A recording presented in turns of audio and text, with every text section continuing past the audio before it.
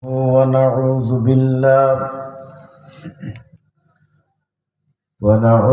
بالله من شرور أنفسنا ومن سيئات أعمالنا.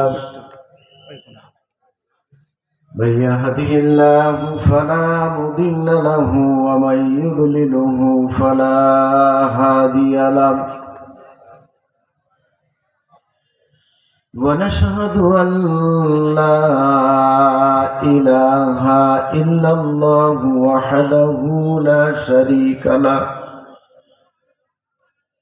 ونشهد أن سيدنا ونبينا وحبيبنا وشفيعنا ومولانا محمدا عبده ورسوله الذي يرسله بالحق بشيرا ونذيرا وداعيا إلى الله بإذنه وسراجا منيرا. فقد قال الله تعالى في كلامه المجيد وفرقانه الحميد.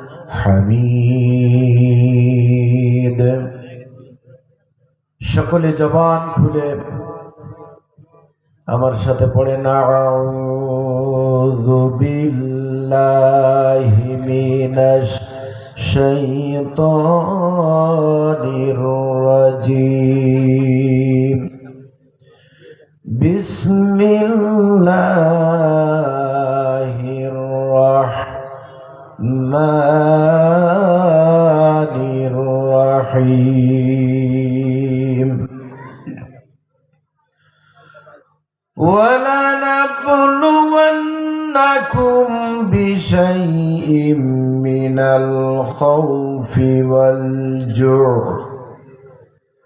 وَالْجُوعِ وَنَقْصٍ مِّنَ الْأَمْوَالِ وَالْأَنفُسِ وَالثَّمَرَاتِ وَبَشِّرِ الصَّابِرِينَ الَّذِينَ إِذَا أَصَابَتْهُم مُّصِيبَةٌ قَالُوا إِنَّا لِلَّهِ وَإِنَّا إِلَيْهِ راجعون. إن الله وملائكته يصلون على النبي يا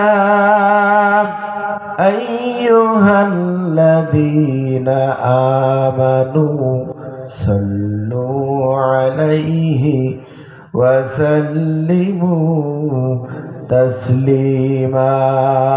اللهم صل على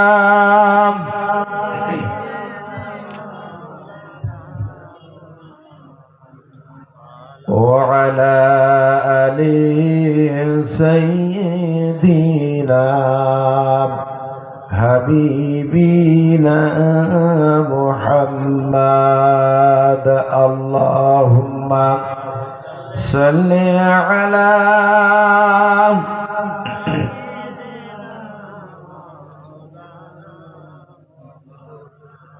وعلى آل سيدنا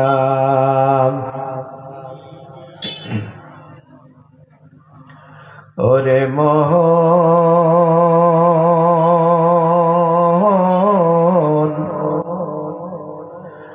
কর লাগিয়া কান্দো দিবারাতি।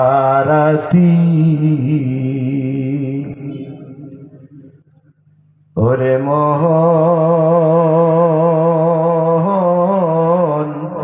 কর লাগিয়া কান্দো দিবারাতি। ভেবে দেখো কেউ হবে না, ভেবে দেখো কেউ হবে না তোমার সঙ্গের সাথী। ওরে মন কার লাগিয়া কান্দু দিবা রাতি। আল্লাহুম্মা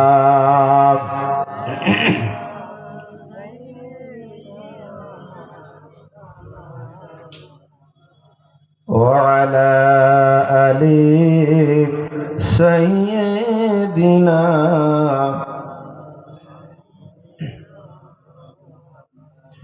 তুমি আসমানে থাকো প্রভু, আমি জমিনে, তবু তোমারি প্রেম জমে হৃদয় গহীনে। আমি তোমারি গোলাম গো, অন্য কারো নয়। আমি তোমারি গোলাম গো, অন্য কারো নয়। আলিমুল গায়ব তুমি, মালিক রব্বানা। তুমি আসমানে থাকো প্রভু, আমি জমিনে, তবু তোমারি প্রেম জমে হৃদয় গহীনে। আমি তোমারি গোলাম গো, অন্য কারো নয়। আমি তোমারি গোলাম গো, অন্য কারো নয়। আলিমুল গায়ব তুমি, মালিক রব্বানা। আল্লাহু আল্লাহু আল্লাহু আল্লাহ, আল্লাহু আল্লাহু আল্লাহু আল্লাহ। জোরে বলেন মারহাবা।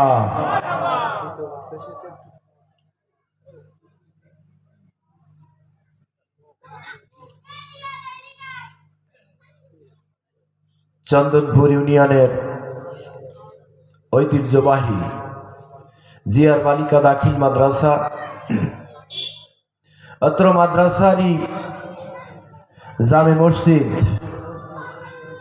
জিয়ার বালিকা দাখিল মাদ্রাসা জামে মসজিদের কমিটি মুসল্লিদের উদ্যোগে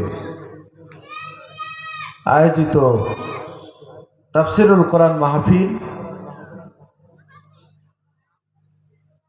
অধ্যকার তাফসিরুল কোরআন মাহফিলে প্রধান বক্তা হিসেবে বক্তব্য রাখবেন বিশিষ্ট ইসলামী চিন্তাবিদ, তরুণ মুফাসসিরে কোরআন হযরত মাওলানা মুস্তাফা আল হুসাইন।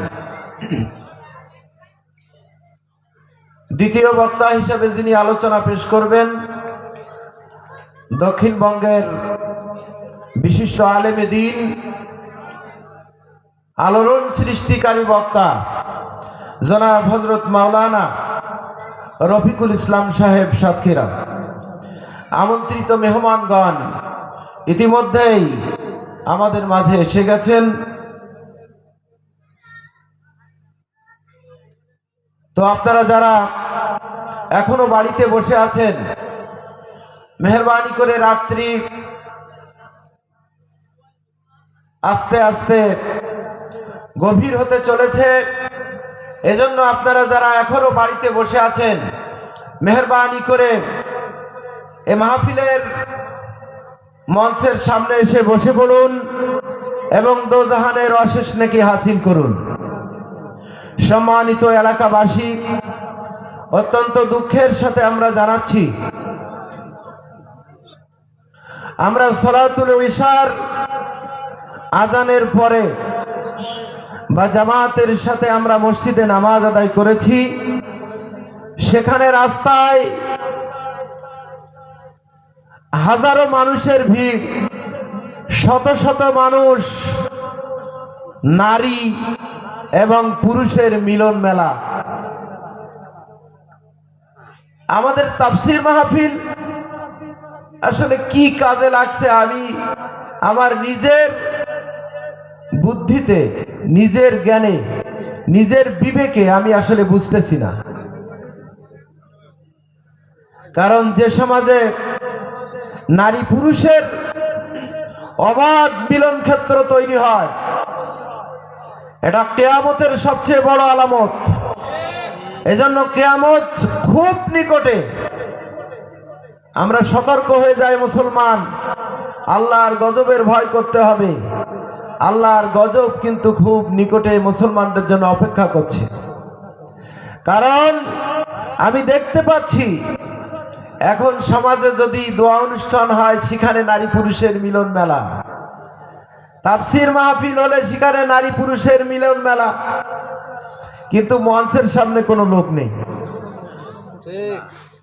ফরজে আইন, ফরজ হুকুম সালাতুল ইশার নামাজ, আমরা নামাজ পড়লাম মাত্র কয়েকজন মানুষ, অথচ মানুষ সব রাস্তায় এরা নামাজ পড়বে কখন আল্লাহই ভালো জানে। শয়তান এদের দেখে লজ্জা পাচ্ছে।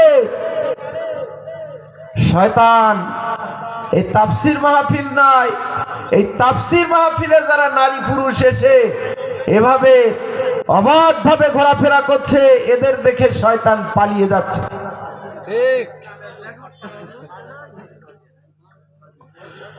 সম্মানিত মুসল্লিয়ান একরাম, সম্মানিত এলাকাবাসী, অথচ এখানে যদি কোনো কনসার্টের আয়োজন করা হতো,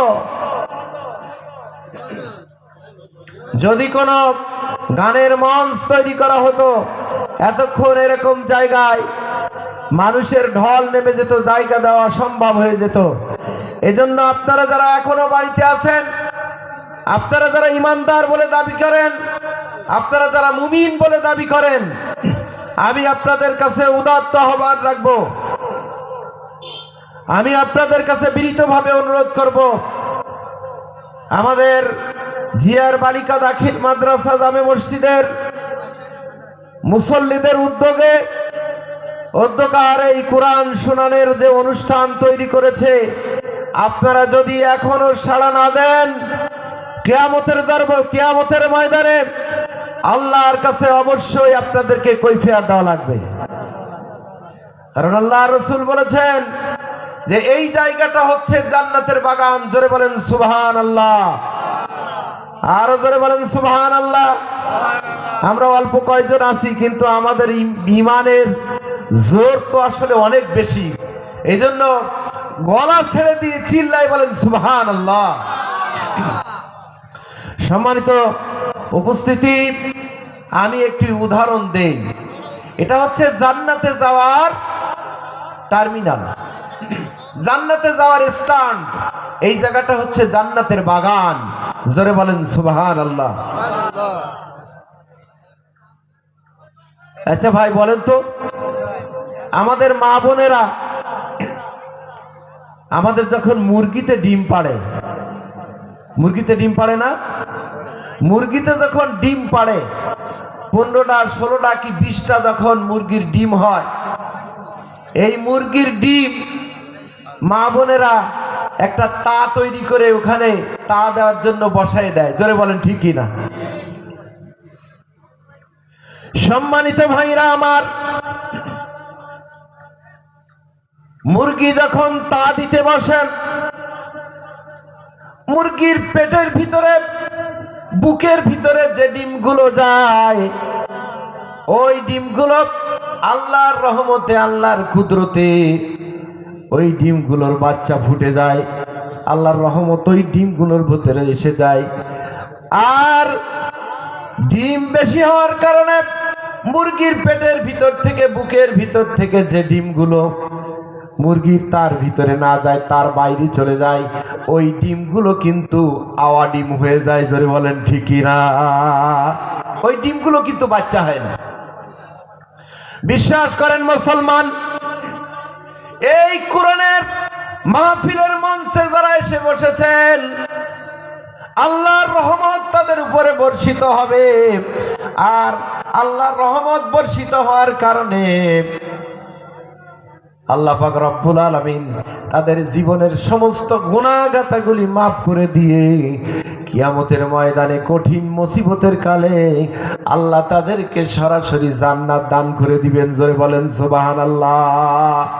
তাহলে আমরা যারা মঞ্চের সামনে এসেছি, আমরা আল্লাহর রহমতের ভিতরে আছি। ডিম আমাদের ফুটবেই, যেরকম মুরগির ডিম ফুটেছে ওইরকম আল্লাহর রহমত আমাদের উপরে আসবে। আসার পরে আল্লাহ আমাদের সরাসরি জান্নাত দিয়ে দিবেন। কিন্তু যারা ওই যে দেখেন রাস্তায় কেউ বউ সাথে করে নিয়ে আসছে, কেউ বোন সাথে করে নিয়ে আসছে, কেউ আবার বান্ধবী সাথে করে নিয়ে আসছে, গার্লফ্রেন্ড সাথে করে যারা নিয়ে আসছে, রাস্তায় রাস্তায় ঘুরঘুর করে বেড়াচ্ছে, নামাজ কালামের তো ধার ধারে না, আবার মুসলমানের সন্তানের দাবি করে, ওরা রাস্তায় ঘুরে বেড়াচ্ছে। ওরা ওই মুরগির ডিমের বুকের ভিতরে যে ডিমগুলো যায় না, ওরা যেরকম ওই ডিমগুলো যেরকম আওয়া ডিম হয়ে পচে নষ্ট হয়ে গেছে, আল্লাহর রহমত থেকে তারা বঞ্চিত হয়ে এমন ভাবে পচে নষ্ট হয়ে যাচ্ছে। আল্লাহ পাক রব্বুল আলামিন তাদেরকে জীবনে কখনো তাদেরকে ক্ষমা করবেন না। কিয়ামতের ময়দানে আল্লাহ পাক তাদেরকে সরাসরি জাহান্নামের মধ্যে দিয়ে দিবেন। জোরে বলেন নাউজুবিল্লাহ। সম্মানিত মুসল্লিয়ানে কেরাম, এই জন্য আমরা যে কয়জন এসেছি, আল্লাহ পাক আমাদেরকে দয়া করে মায়া করে পছন্দ করেছেন আল্লাহ আমাদেরকে। কারণ এই মহল্লার লোকগুলো যদি আমরা আসি, তাহলে এই মাঠে কিন্তু জায়গা হবে না। জোরে বলেন হবে? এই মহল্লার লোকগুলো যদি আমরা আসি, তাহলে কিন্তু এখানে জায়গা হবে না। সম্মানিত মুসল্লিয়ানে কেরাম, সম্মানিত ভাইরা আমার, দীর্ঘ 16টি বছর এরকম কোরআনের আয়োজন আমরা করতে পারিনি। তখন আমরা দোষ দিয়েছি সরকারের, কিন্তু সে সরকার তো পতন হয়েছে। এখন এইরকম উন্মুক্ত কোরআনের ময়দানে কোথায় গেল সব? এত ইমানের দাবি করো, এতদিন সরকার হতে দেয় নাই, কিন্তু সরকার তো এই 16টি বছর এরকম সমস্যা হওয়ার পরে, কোরআনের মাহফিল অসংখ্য বন্ধ হওয়ার পরে, এখন তো উন্মুক্ত কোরআনের গান শোনানোর জন্য, কোরআনের কথা শোনানোর জন্য এরকম আয়োজন করে, কিন্তু জনগণ কোথায়? ইমানদার আমরা দাবি করি। বিশ্বাস করেন মুসলমান, আমি কোরআনুল কারীমের সূরাতুল বাকারার 155 নম্বর আয়াত আর 156 নম্বর আয়াতে কারিমা আমি আপনাদের সামনে তেলাওয়াত করেছি। তারই আলোকে দুটি কথা বলবো ইনশাআল্লাহ। আল্লাহ পাক রব্বুল আলামিন বলেছেন, ওয়ালা নাবলুওয়ান্নাকুম বিশাইইম মিনাল খাউফি ওয়াল জু' ওয়া নাকসিম মিনাল আমওয়ালি ওয়াল আনফুসি ওয়াস সামারাত ওয়া বাশশিরিস সাবিরিনা আল্লাযীনা ইযা أصابتهم مصيبة قالوا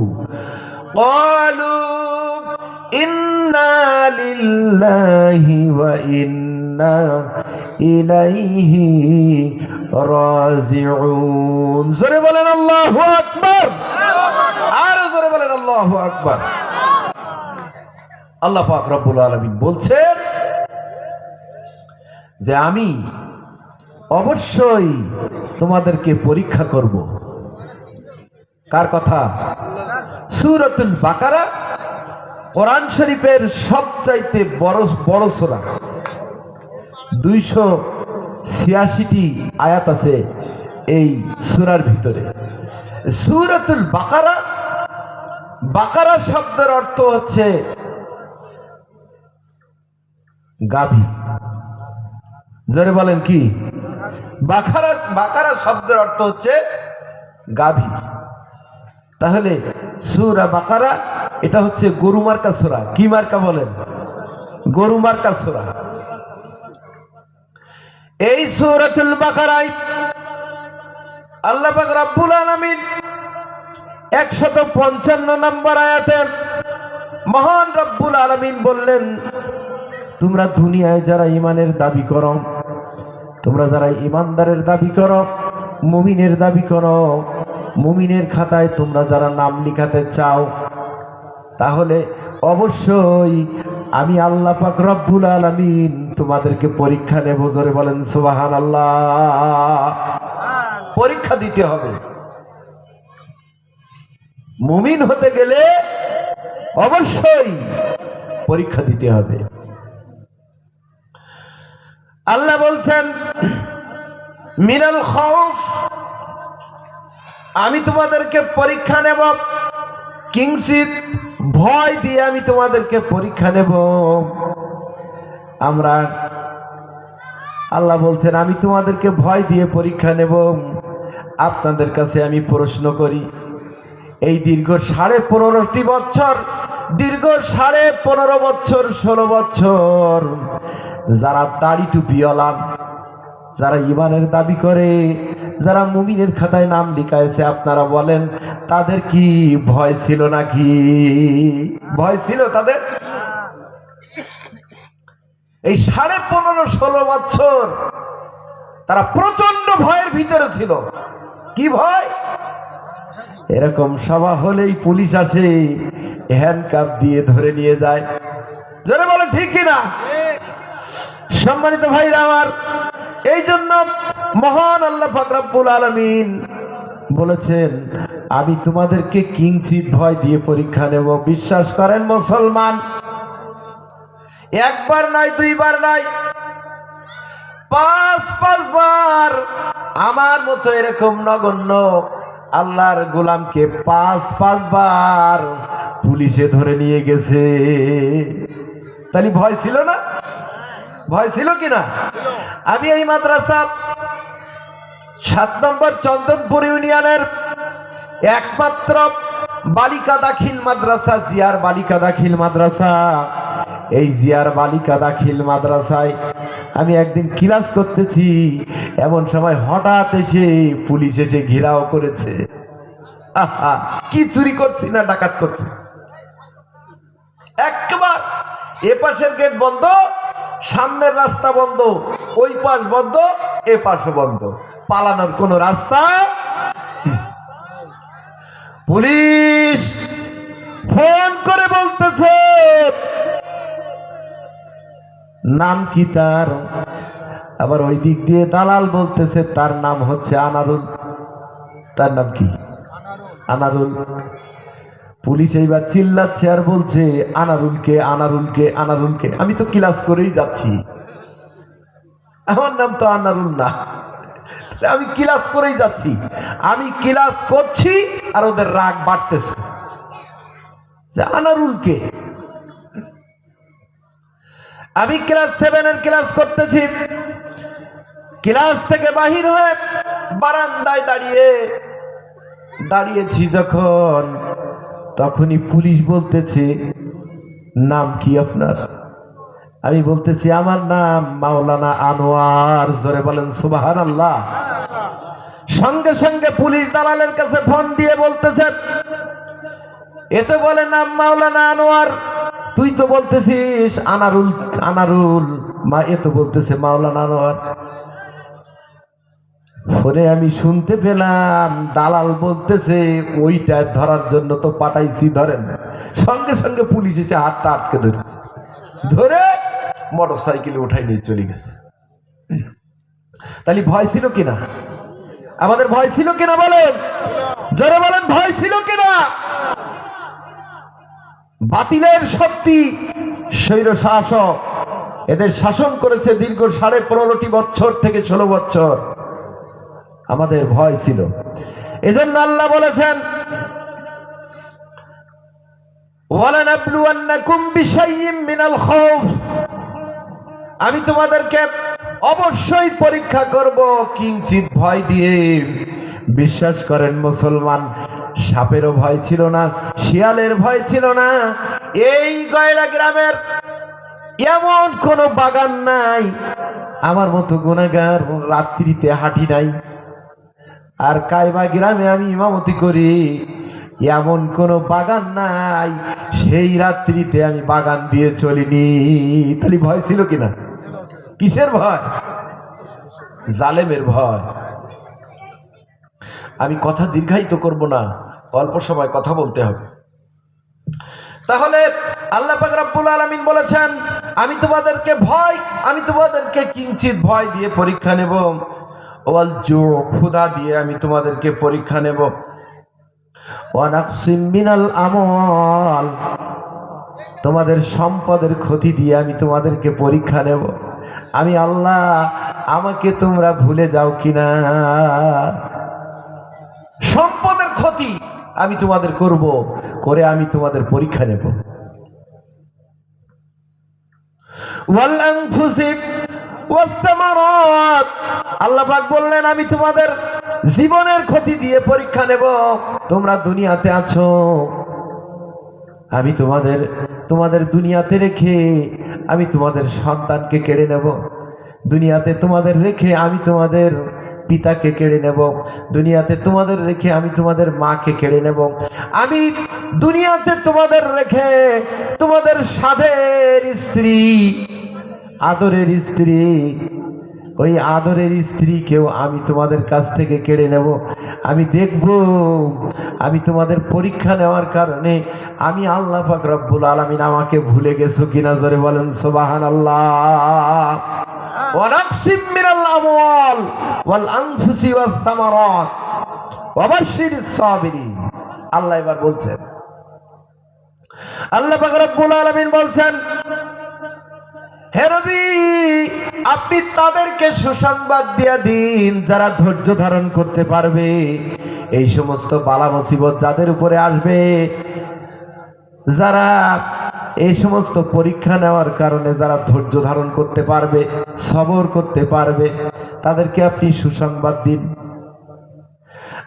আল্লাযীনা ইযা আসাবাতুহুম মুসিবাতুন ক্বালু, এই সমস্ত মুসিবত আসার পরেও যারা বলে ইন্না লিল্লাহি ওয়া ইন্না ইলাইহি রাজিউন। জোরে বলেন আল্লাহু আকবার।